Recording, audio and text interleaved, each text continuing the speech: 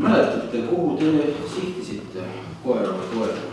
No, täitsa niimoodi ikkagi kerest umbes nagu ega selles suhtes, et kui me siin laskesuusatamist ükskõik mida vaatame, et seal pikka aega sihtima, siis märkavad, nii-öelda on ohutu ja seisab paigal, siis hetkel ei olnud seal aega midagi.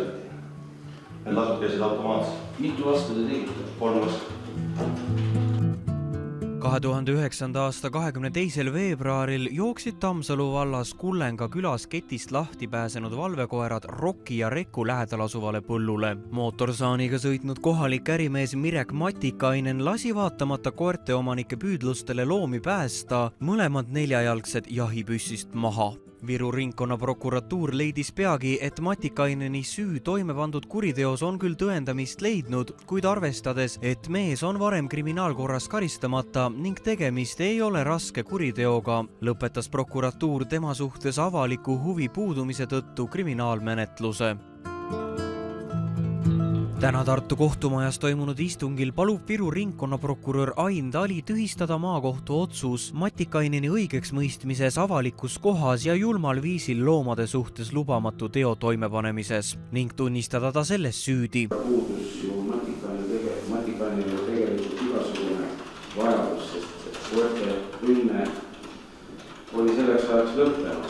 No see teine koer on seal vähemalt edasi ja on samamoodi seal verisena maas ja